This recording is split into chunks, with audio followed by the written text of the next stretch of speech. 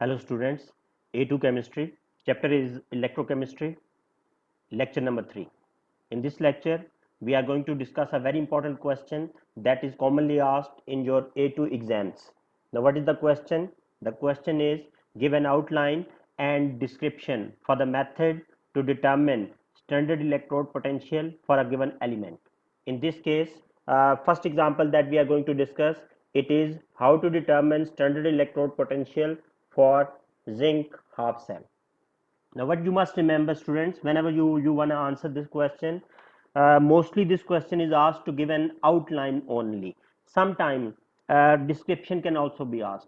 So you must know what is the basic difference between an outline and description. Outline means you will have to present your answer in the form of a labeled sketch, a labeled diagram. That's it.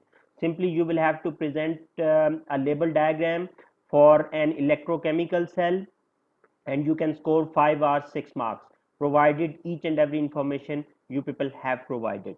Sometimes, rarely, though it can be asked, you can be asked to write down description. What is description? Description means that you will have to write down a sequence of steps for the procedure that is adopted for this method to determine standard electrode potential for any element.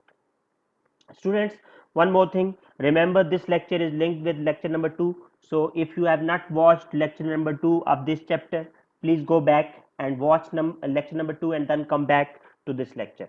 Thank you. Okay, let's start. As you remember, we studied in the previous lecture how to construct standard half cell of an element. In this case, obviously you can see we are going to determine standard electrode potential for zinc half cell. So one half cell that we will use, it is zinc half cell, and you know very well how to construct zinc half cell. Second thing, whenever question is asked in the exams for the method to determine, remember method indicates one half cell of that element whose electrode potential we want to determine, and the other half cell must be reference electrode, reference half cell, that is standard hydrogen half cell. So simply what you will have to do in this question, you will have to give a label diagram for standard hydrogen half cell connected to voltmeter, and the second terminal of the voltmeter must be connected to zinc half cell. So this is the most important information you must have in your mind.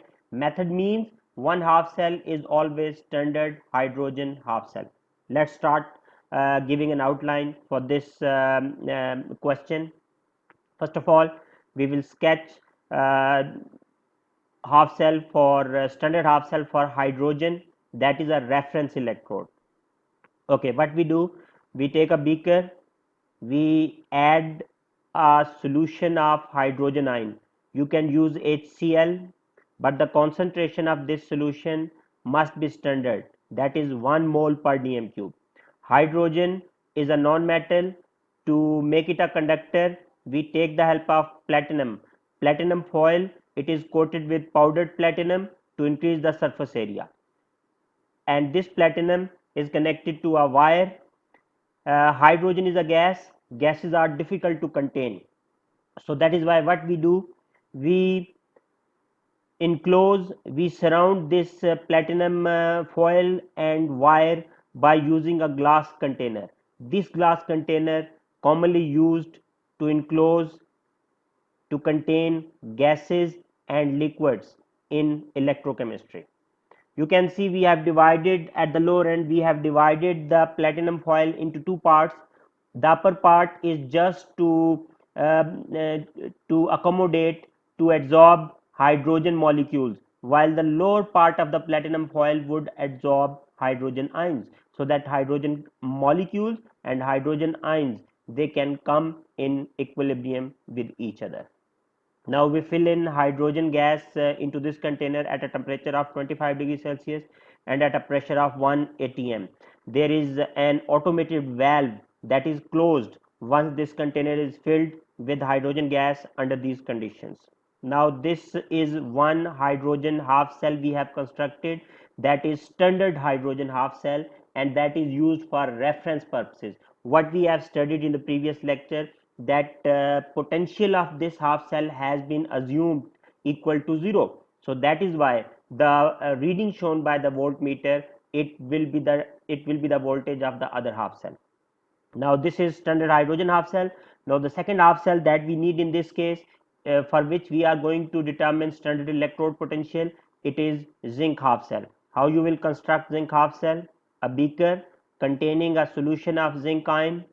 Any soluble salt of zinc can be taken, zinc sulfate, zinc chloride, or zinc nitrate, but the concentration of this solution must be 1 mole per dm cube. Now, since zinc is a metal, we can use zinc plate or zinc rod, and we will dip it into its own solution. Now, this zinc rod will be connected to the voltmeter by using electric wires. Now, both the half cells, you can see we have connected to the two different terminals of the voltmeter. Now you can see the external circuit has been completed. Still, internally there is no electrical contact between the two half cells. So what we will do, we will introduce the fourth component of the method, that is salt bridge. We will connect two half cells internally by using salt bridge. What is salt bridge? I will explain right after this. Let me complete this diagram first. Now after that, what you must remember, these two half cells we have constructed, if we compare zinc with hydrogen, zinc is a highly reactive metal. So whenever there is a reactive metal, that can undergo oxidation easily. So whenever an element undergoes oxidation, in relation to that element, hydrogen half cell becomes cathode, it undergoes reduction. So what you can see, zinc, since it is a reactive metal, it would undergo oxidation. Oxidation in voltaic cell, and also otherwise oxidation always takes place at anode electrode. Always oxidation takes place at anode, and whenever oxidation takes place at anode, what charge is induced, what charge is created on anode during electrochemical or voltaic cell? Negative charge. Now when zinc has been oxidized, hydrogen would have to undergo reduction in this experiment. Hydrogen half cell will become cathode, and it would create positive charge on itself. Now since you have come to know which element, which half cell has undergone oxidation, which half cell has undergone reduction, you can also write down equations for oxidation and reduction. But before that, you should also label the voltmeter. Remember, voltmeter that is used, it is high resistance voltmeter. High resistance, so that minimum amount of voltage is wasted, and this is the salt bridge. You must also write down the equations right below each half cell. Like zinc metal, it is undergoing oxidation, and remember in this case, when we write down equations right below an electrochemical cell, we write down irreversible arrow for this reaction. Why? Because in this half cell now zinc is undergoing oxidation. So when zinc is undergoing oxidation, so only write down oxidation reaction for zinc metal, while only reduction equation for hydrogen half cell. Hydrogen ion, they would gain electron and they will become hydrogen gas. This is reduction. Now one last thing that you must remember to mention right after this sketching and labeling, that is the direction of flow of electrons. Sometime it is asked separately in your exam that what is the direction of flow of electron for this particular cell, but otherwise when you are giving a labeled diagram, you are giving an outline, it is a must that you must show direction of flow of electron. What I told you in the previous lectures, direction of flow of electron is always from oxidation to reduction, from anode to cathode. So what will be the direction of the arrow that you can draw? From zinc towards hydrogen, you can draw this arrow directing the flow of electron. Now students, this is a complete answer for an outline for the method to determine standard electrode potential for any element.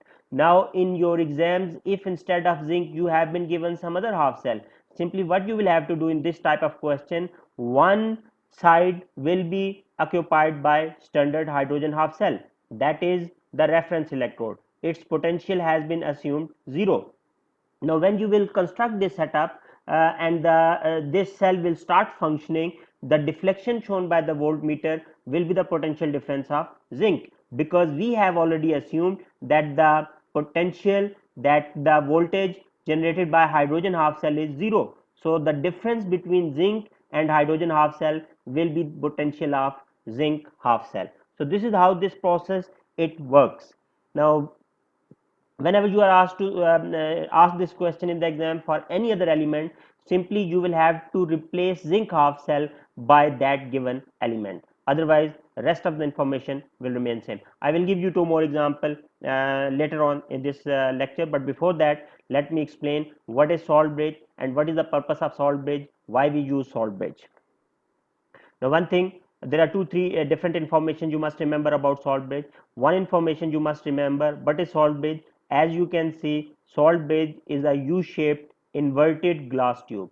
It is a U-shaped inverted glass tube, and this glass tube, it is filled with a solution. It is filled with a solution of strong electrolyte. Strong electrolyte you can remember like sodium nitrate, ammonium nitrate, potassium chloride. Any substance that is highly soluble, that can dissolve easily, it is known as strong electrolyte. But one more thing, that is a different feature in this solution. You can see we do not use water as a solvent in this case. In this case gel is used as a solvent. Now what is the reason, that you must keep in your mind why we use gel as a solvent instead of water. You can see that whenever we will have solution in water and you would invert the glass tube, what can happen, all the solution can pour out of the glass tube. Just to avoid this pouring, what we do, we use a sticky solvent, gel. Gel is sticky in nature, so it does not only remain within the glass tube, but it also keeps electrolyte within the glass tube. It does not allow electrolyte to come out of the glass tube. And also we have plugged both the ends of this glass tube using porous cotton wool. Why we use porous cotton wool? Because during the functioning of this cell, it is a requirement that from the porous cotton wool, these ions of the electrolyte, they can migrate easily from the half cell into the salt bridge, or from the salt bridge into the half cell, whatsoever the case may be. So remember, what is salt bridge? Simply you can remember it, it is a U-shaped inverted glass tube filled with any strong electrolyte, and that strong electrolyte, it is dissolved in a sticky solvent like gel, and it is plugged at both ends using porous cotton wool. Now next question comes in, that would have come in your mind, that why we use salt bridge, what is the purpose of using salt bridge. So remember, there are three important functions of salt bridge, but the last function that I will tell you, that is the most important function of salt bridge. Number one function that you must remember for salt bridge, it provides electrical contact between two half cells. Just imagine, if there is no salt bridge, the circuit will not be completed, and if the circuit is not completed, the cell will not become functional. So just to make it functional, we have introduced salt bridge. So salt bridge will provide electrical contact. Second function of salt bridge is it avoids mixing of solutions. We have kept two different solutions into different containers, and their mixing is avoided by introducing a salt bridge. And the third feature, that is most important function of salt bridge, it maintains electrical neutrality of each half cell. Electrical neutrality of each half cell. Now what is electrical neutrality? Electrical neutrality, in simple words, you can remember, electrical neutrality means number of electrons lost, it must be equal to electrons gained by a half cell. Why this is important? This is important, otherwise the lifespan of a cell, it is reduced. So cell can remain functional for a longer period of time if its half cell, it is electrically neutral. How is that? Let me explain you.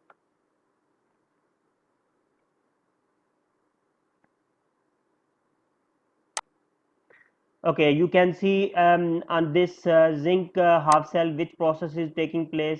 On zinc half cell, oxidation is taking place, and which charge is created, which charge is building up on zinc plate? Negative. When negative charge builds, what happens? The electrons, they start moving out of the half cell. When electrons start moving out of the zinc half cell, they start entering into the hydrogen half cell. Here oxidation, here reduction takes place. Now if this keeps on taking place, what will happen? Within seconds, zinc half cell would become electron deficient and hydrogen half cell would become electron rich. So what can happen? Within seconds, the cell will expire because zinc would not remain able to undergo oxidation further. So that is why what happens? The salt bridge, it maintains electrical neutrality. How? When electrons are lost, electrons are gained by hydrogen half cell. When hydrogen gains electron, at the same time, this part of the salt bridge, it starts acting as anode. Yes, anode. This was cathode. This starts acting as anode. At anode, oxidation takes place. Oxidation is the loss of electron. So electron gained by here, they are lost here. Those electrons, they are carried by ions and they are brought here, and this part of the salt bridge, it becomes cathode. Yes, cathode, because zinc is anode. So when this becomes cathode, here reduction takes place.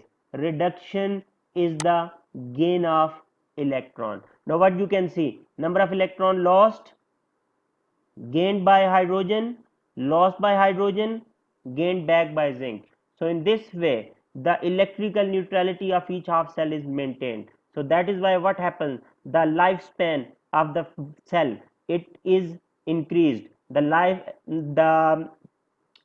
of the cell, it can be prolonged by due to this electrical neutrality, and cell can remain functional for a longer period of time.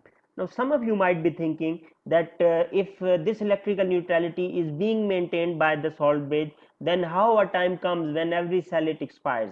What is the reason behind that? Every cell expires due to the maximum consumption of anode. A time comes when anode, it is consumed to its maximum extent. When anode is consumed to its maximum extent, the anode does not remain able to undergo further oxidation. When anode does not undergo further oxidation, the cell is expired, the cell cannot remain functional anymore. One more question. So, every year students ask in the classroom that why we cannot use something else instead of salt bridge, why we cannot use a metal wire if we want to just provide an electrical contact. Remember this question can also be asked in your exams. Remember why metal wire cannot be an alternate to the salt bridge. The reason is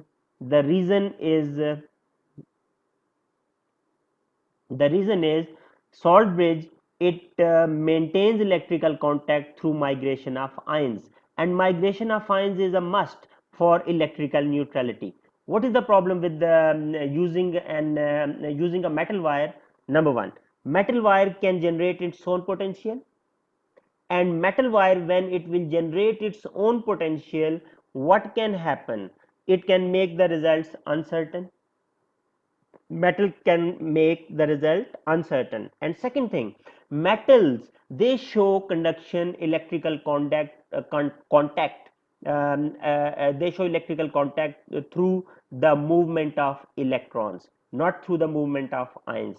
So that is why metal wire cannot be a good substitute for salt bridge. So these are the two reasons you can remember for writing in the exam. Number one, metal wire can generate its own potential, making the results uncertain. And number two, metal wire cannot maintain electrical neutrality since there is no migration of ions. So these are some questions that can be asked in your exams and you can remember. Otherwise, this is the complete answer. I have given you the outline for this question. Now right now, let's practice some more questions. Then at the end of the lecture, I will give you the step for the description of the process.